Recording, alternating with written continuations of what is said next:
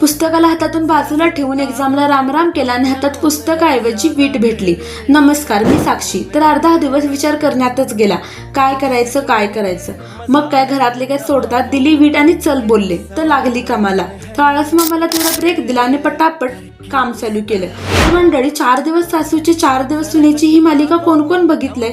सांगायचं म्हणजे मला असं वाटायला 4 दिवस पावसाचे 4 दिवस उन्हाचे असा सीन चालू आहे. गरमी असो किंवा थंड, चहा तर लागणारच. मग काय, सगळ्यांना चहा दिली. आज काय सुट्टी लवकर झाली नाही, पाणी पण मारायला लागलं. ते पण लवकर संपवलं आणि आले माझ्या आवडत्या कामाला. ते एक्झाम टेन्शन मध्ये यांची काय काळजीच घेता आली नाही. स्पेशली आज यांच्यासाठी टाइम काढले. तर बकेट काय लवकर भरत नव्हतं म्हणून मग मधून पाणी बकेटमध्ये.